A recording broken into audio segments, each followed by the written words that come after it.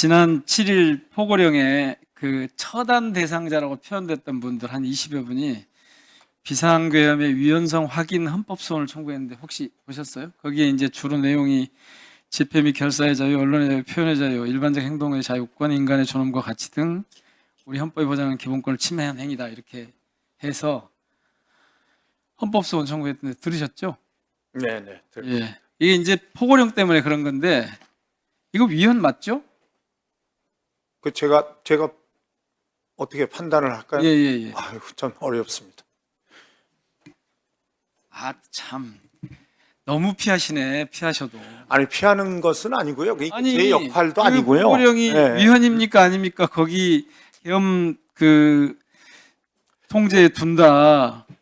이 더군다나 그러니까 그렇게 언론의 자유, 표현의 자유를 제한하는 안에서 것이 나온 위헌입니까? 거잖아요. 아닙니까? 라고 제가 여쭙는데 아마 그것도 못 하신다는 겁니다. 비상계엄법엔 다 나와 있는 내용일 겁니다. 그러니까 모든 언론과 출판은 계엄사의 통제를 받는다. 이런 포고령이 위헌입니까? 아닙니까? 묻는데 그걸 못 하시겠어요. 그게 법에는 있는 거죠. 아이고 무슨 아니, 말씀하세요? 비상계엄법에 그렇게 비상계엄법이 돼 있더라고요, 헌법보다 위입니까? 네. 예? 예. 아, 참. 그래서 제가 그걸 그러니까. 예. 네. 따져보려다가 지금 앉는 거예요. 그냥 말씀 안 하실 것 같아요. 자, 그러면요. 문체부는 해외 뉴스 분석팀이 있는 정부 부처죠? 네, 그렇습니다. 예. 네. 해외 뉴스 팀이 이제 모니터링을 하면 사후 처리를 보통 하고 거기에 대해서 대응도 하고 그러시죠? 네. 예. 한번 PPT 한번 보실까요? 그 해외 기사에 보면 탄핵당한 대통령의 체포가 왜 이렇게 어렵냐? 한국 정부와 대통령 경호처 법치주의 집밥다. 체포에 저항하면서 민주주의에 도전한 한국 대통령 이런 것들이 계속 보도가 돼요. 이런 보도를 보시면서 제가 앞서 그런 질문을 드렸는데 지금 이 상황이 여전히 내란 상황이라는 걸 아실 수 있지요? 이거 정부에 전달하고 계십니까? 네, 다 보냅니다. 보고 다 하고 계시는 거예요? 최상목 대행의 반응은 뭡니까? 이런 외신 보도에 대한. 글쎄요, 뭐 제가 직접 그 반응을 뭐 듣진 못했어요. 아이, 그래도 어디 보고를 하거나 그러면 혹시 아니, 그러면 차관보님 제가 보고는 이진석 안 차관보님, 하고요. 우리 실무자들이 혹시 계속 정부 전달하죠. 다른 부처의 반응이나 이런 거 혹시 들으신 거 있으세요? 이쪽 언론 쪽 일을 하시니까. 예. 특별히 들은 내용이 없습니다. 없어요? 네. 그 이 업무를 하나만 하네요? 하나만 하? 예, 이런 관련해 가지고 특별히 그 내용이 취합되거나 알고 있는 내용이 없습니다. 대개는 실무선에서 전달을 하기 때문에요. 아하, 그래요? 그런데요. 늘 보내죠. 그러니까 서로 다 보내. 그런데 그러면 왜 12.3 쿠데타 이후에 해외 언론에다가 서신을 하나 보내셨더라고요. 전 세계 언론인 및 서울 상주 외신 기하 해가지고 보내셨죠? 관광. 그거는 알고 계시죠? 네네. 관광 때문에 보내셨다고? 네네. 아니 무슨 말씀이세요? PPT 봐보세요. 이게 원래 관광. 국정에 있어서 한치의 보냈어요. 공백도 없도록 헌법과 법률에 따라 철저히 관리하겠다. 네, 그러니까 안전하다. 예, 한국이. 아니. 예. 제가 그 말씀 드리는 게 아니에요. 2016년에 제가 보시는 건 2016년에 네네. 문화부가 보냈던 거예요. 네. 지난 촛불에서 보여주었던 성숙한 시민의식과 평화적 모습의 외신들도 찬사 여러분도 대한민국 민주주의 미래를 가늠할 수 있는 큰 에너지를 보셨을 거 이런 내용을 보냈어요. 그 당시에 조윤선 장관 아시죠? 네네. 그때는 저런 걸 보냈거든요. 그런데 그 당시에는 광장의 촛불을 이렇게 긍정적으로 높이 평가를 했어요. 이번에는 왜 안 하시죠? 이런 그 활동을 해외 언론에 대한 활동을 어떤. 문화부가 왜 이런 걸 안 하시냐고요. 이번에는 그러니까 이제 저희들 입장에서는 예. 예, 가능하면 외국에는 그래도 한국이 안전하다, 괜찮다, 좀 곤란스럽긴 하지만 뭐 이렇게 그러니까 그런 거를 예. 저기서는 촛불을 언급하잖아요. 그럼 이번에는 촛불 대신 응원봉이었잖아요. 이 응원봉의 이 문화 이게 정치를 지금 이끌고 있잖아요. 쿠데타를 막고 있잖아요. 내란을 빨리 끝내라고 촉구하고 있잖아요. 그래서 이게 세계적으로 보면 이게 되게 관심거리고 주목을 받고 있잖아요. 근데 문화부가 이런 행위들에 대해서 아무 말을 안 해요. 정부 대변인이 글쎄요, 뭐 해외 전에는 했는데 사실은 저게 무슨 언론사나 이런 데도 아니고 저희하고 관계를 맺는 그런 이해기관에 보내는 건데 뭐 거기에다 그런 글쎄요, 뭐 제 생각에는 가능하면 그냥 안전한 편한 해외 언론의 얘기- 반응도 보고를 안 하고 그냥 실무자가 보고 말고 그다음에 국내에서 해외로 발신하고 싶은 문화적 혹은 이 부처 소관 업무에 관한 메시지도 안 내보내고 그게 그렇게 해도 됩니까? 아니요, 그러니까 참 뭐 이게 근본적으로 아니 그런 그 이게 근본적으로 얘기를 그래서 써서 여쭤볼게요. 자, 외국에까지 보내는 지금 원래 윤석열 당시 대통령이 장관을 맡아달라 그랬을 때 나는 이 정보 코드를 맞춰서 일할 수 있겠다 싶어서 하셨을 거 아니에요. 그렇죠? 뭐 물론 예. 예, 물론 그랬겠죠. 네. 그런데 지금 희대의 사기꾼 내지는 폭군으로 드러난 거예요. 그러니까 당시 대통령이 될 때만 해도 공정과 정의를 앞세우고 완전히 이게 전혀 겉으로 드러난 것과 다르다는 걸 알게 됐어요. 이미 장관님도 금방 보면 아시잖아요. 상황이 그때 원래 장관직을 수락했을 때 이걸 맡아서 일해야 되겠다고 생각했을 때하고 지금하고 너무 상황이 다르죠. 이제 상황이 많이 바뀌었죠. 네. 바뀐 게 아니라 전혀 다르잖아요. 당시에 글쎄, 대통령이 되고 그거로 다르거나 국정할 뭐, 예. 완전히 달라졌죠. 그런데 그럼 지금 후회 안 하세요? 내가 왜 이 자리에 있나 이렇게? 괜찮으세요? 아니 그냥 편치가 않죠 지금. 아주 네. 편치 않으시죠? 네, 아주 편치가 않으시죠? 그렇습니다. 네. 그리고 이 상황에 대해서 지금 긍정적으로 어디 가서 홍보를 하거나 해외에 알리거나 이렇게 되지가 않죠. 그렇게 하기가 힘들지요. 그렇게 하기 힘들죠. 네. 그러니까 지금 역할을 제대로 하기 힘든 상황이 돼버렸잖아요. 후회가 되고 빨리 관두시란 얘기잖아요. 아니 지금 현실 인식을 어떻게 하시느냐 아니 그걸 어차피 여쭤- 저한테도 남은 시간이 많지 않다고 생각을 하지만 아니, 당연하죠 그거야. 네, 이 현재로서는 정권이 오래 가지는 뭐, 않을 건데. 글쎄, 현재로서는 예.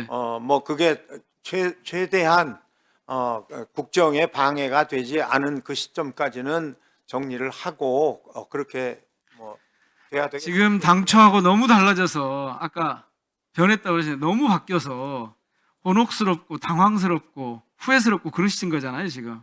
그래서 어디다 대고 지금 정부 대변인인데도 말을 하실 수가 없는 상황이잖아요. 뭐 어쨌든 그러나 이 그래서 제가 몇 가지만 말씀 얼른 드릴게요. 그 청와대 리모델링 사업 지난번에 분명히 원형 보존에 가깝도록 고치지 않겠다, 크게 손대지 않겠다 그러셨는데 공무원 설계 지침서 거기 보면 크게 바뀌었어요. 혹시 정신이 없어 이것도 챙기지 못하셨을 수도 있는데 크게 바뀐 거보다는요. 어차피 저 여민관이나 비서동들이 다 오래됐고 그래서 기본적으로 원형을 제가 말씀드렸잖아요. 하면서 그래서 거예요. 그 청와대에 생각해 보세요. 지금 다음번 정권이 만약에 정부가 바뀐다면 그 대통령이 저 청와대 아니 저 관저로 갈 수 있겠어요? 그리고 저 집무실로 갈 수 있겠습니까?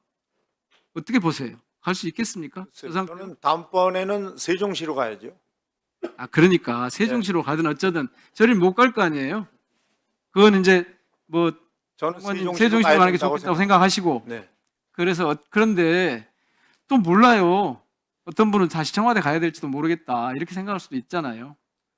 그 다음에 당장 세종시로 어떻게 가요? 아무 준비가 안 돼 있는데. 그래서 이거 손대지 말라. 그래서 손대지 말라 그런 거예요.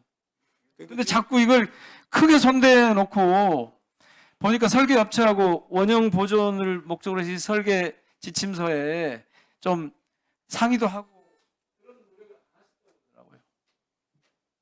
아니 지금 뭐 계속 그 의논하고 있는 걸로 알고 있습니다. 네.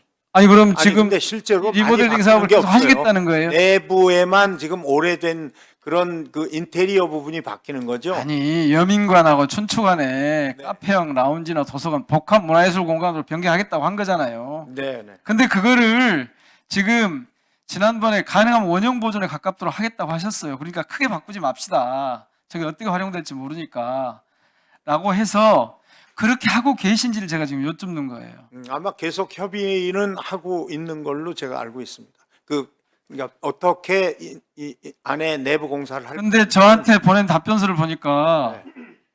설계 방향을 조속히 변경하겠다라고는 돼 있는데 후속 조치는 아무것도 안 돼 있는 걸로 나와요. 그러니까 지금 협의하고 있는 걸로 알고 있습니다. 바꾸지 마세요. 크게.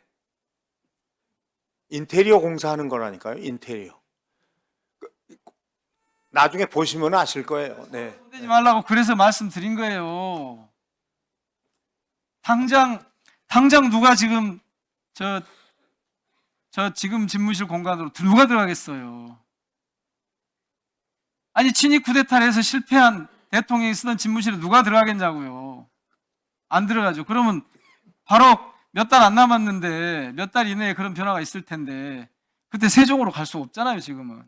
그럼 어떻게 되겠어요? 대략 예상할 수 있는 거죠. 어쨌든 그 공간을 지금이라도 멈추세요. 아니면 최소한의 그 기능 보강만 하고 멈추셔야 됩니다. 어차피 지금 장관님 생각대로 안 될 거잖아요. 청와대 재단이 생각했던 대로 안 될 거잖아요. 그럼 멈추셔야 돼요. 오늘 멈추겠다고 하세요. 글쎄 뭐 그럼 아니 계속 하시려고 그 사업을 다손 놓고 있어야 앞으로 몇 되잖아요. 아니, 모든 그런 일은 손 놓으셔도 돼요. 왜 지금 그거 하려고 그러세요? 그러니까 뭐 이런 부분은 우리 의원님하고 잘 협의를 해서 원하시는 만큼 하도록 그렇게 하겠습니다. 그러시고요. 네. 그다음에 그 광주 아시아문화전당 그 도청 복원사업 네. 불났잖아요. 네. 그 관리 잘 하셔야 됩니다.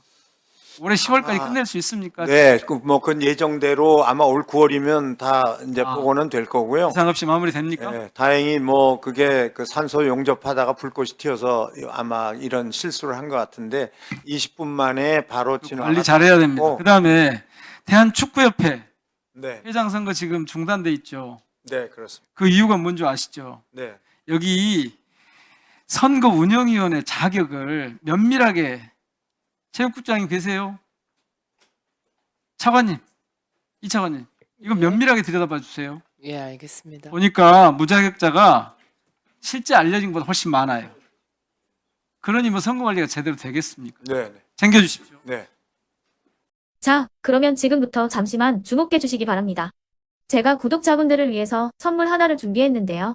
제가 항상 여러분들께 드리는 말씀이 있습니다. 뉴스만 평소에 잘 챙겨보셔도 돈이 되고 돈을 벌 수 있다라고 말씀을 드렸는데요. 여러분들은 여기 보시는 삼성전자 뉴스를 보고 어떤 생각이 드세요? 아니면 정치인들의 뉴스, 날씨 뉴스를 보고는 어떤 생각이 드시나요? 그냥 뉴스만 보고 끝내는지 아니면 이 뉴스를 어떻게 이용할 수 있는지 이 부분을 고민하고 계시는지를 되물어보고 싶습니다. 그 이유가 뭐냐 하면 제가 지난번에 여러분들께 뭐라고 말씀을 드렸었죠? 지금은 반도체 섹터를 눈여겨보셔야 한다고 말씀드렸습니다. 그리고 나서 이런 썸네일들 뉴스를 통해서 많이 보셨을 겁니다. 반도체 내용이 이슈가 됐을 때 부자들은 어떻게 생각한다? 반도체 관련주들은 뭐가 있는지, 어떤 종목이 가장 좋은지, 어디에 투자해야 돈이 몰리는지 자연스럽게 생각한다고 제가 말씀을 드렸죠. 그 이유가 뭐냐 하면 부자들이 봤을 때는 이슈가 곧 돈으로 이어지고 그 이슈가 나에게 돈을 벌어준다는 경험적 확신이 있기 때문에 부자들은 항상 이런 사회적 이슈를 관심 있게 챙겨본다고 제가 말씀을 드렸습니다. 이번에도 마찬가지인데요. 제가 지난번에 시청자분들과 함께하는 주식으로 수익 내기 이벤트를 진행했었죠. 당연히 100% 무료로 진행을 했었고요. 여기 보시면 아시겠지만 제가 지난번에도 구독이라고 보내주신 모든 시청자분들께 반도체 관련주 중에 가장 크게 급등할 딱 한 종목, 많은 종목도 아니라 한미반도체 한 종목을 여러분들께 추천드렸어요. 그러면서 여기 나와 있는 대로 정확히 얼마에 매수해야 하는지, 그리고 수익률이 어느 정도 나왔을 때 팔아야 하는지를 이런 부분들까지 여러분들에게 정확히 알려드렸었는데 지금 실제로 어떻게 되었다? 오른쪽을 보시면 아시겠지만 제가 지난번 문자 발송으로 이 한미반도체를 소개해드리고 나서 실제로 이렇게 5배 이상 어마무시한 상승이 나왔습니다. 100만 원만 투자를 했어도 무려 500만 원이 넘는 수익금이 생긴 거죠. 그래서 당시에도 굉장히 많은 분들이 제가 드린 이 한미반도체로 수익을 내실 수가 있으셨을 텐데요. 다시 한번 축하드린다고 말씀을 드리겠고 이번에도 마찬가지입니다. 앞으로도 2024년, 2025년 계속해서 기대해볼 섹터는 AI입니다. 그 중에서도 AI 반도체는 그 누구도 부정할 수 없는 미래 성장 산업입니다. 그러면 우리가 어떻게 생각해 볼 수 있을까요? AI 반도체 종목 중에 앞으로 크게 대장 역할을 하면서 10배 이상 급등할 수 있는 텐베고 종목을 지금부터 열심히 추적해야 한다는 겁니다. 큰 돈을 투자하지 않더라도 월급의 일부분 아주 소액이라도 이 종목을 모아가야 수백 %의 수익률을 손에 쥘 수 있는 것이죠. 지금 여러분이 보고 계시는 이 유튜브 또한 AI 반도체와 아주 밀접한 연관이 있고 반도체야말로 대한민국의 핵심 산업으로 앞으로 더더욱 시장은 성장할 수밖에 없습니다. 그렇기 때문에 제가 이번에도 뭘 보내드리고 있냐면 지난번과 똑같이 구독이라는 문자를 보내주시면 제가 AI 반도체 관련주 중에 앞으로 대장주 역할을 하면서 주가가 가장 크게 급등할 한 종목을 여러분들께 문자 발송으로 종목명과 사고 파는 시점을 모두 알려드릴 건데요. 그 문자를 받고 여러분들이 주식으로 돈 버는 연습을 한번 해보셨으면 좋겠고요. 혹시라도 나는 주식을 하지 않는다 하시는 분들은 주변에 주식하시는 지인분들에게 말씀을 해주셔도 되고요. 아니면 연세가 있으셔서 투자가 어렵다 하시는 분들은 이 종목을 자녀분들에게 한번 사봐라. 이걸로 한번 수익을 내봐라. 이렇게 조언을 해주실 수도 있는 거겠죠. 그래서 지금 이 영상을 보시는 시청자분들 중에 나도 이번 종목이 좀 궁금하다 하시는 분들은요. 누구나 상관없이 그리고 어느 시간대나 상관없이 부담없이 010-2514-5930번으로 구독이라는 문자 보내주시면 제가 이번에도 똑같이 무료 추천 급등주 문자를 보내드리겠습니다. 이해되시겠죠? 제 번호 010-2514-5930번으로 구독이라는 문자 보내주시면 여러분들이 직접 이슈를 통해서 돈 버는 연습을 해보실 수가 있는 거고 제가 돈을 받는 것도 아니고 투자를 대신해 드리는 것도 아니기 때문에 부담 없이 신청해 주시면 되는 겁니다. 그리고 수익이 나면 저는 다른 것은 하나도 바라지 않습니다. 제 채널에 구독, 좋아요 한 번씩만 눌러주시라 이렇게 다시 한번 말씀을 드리겠습니다.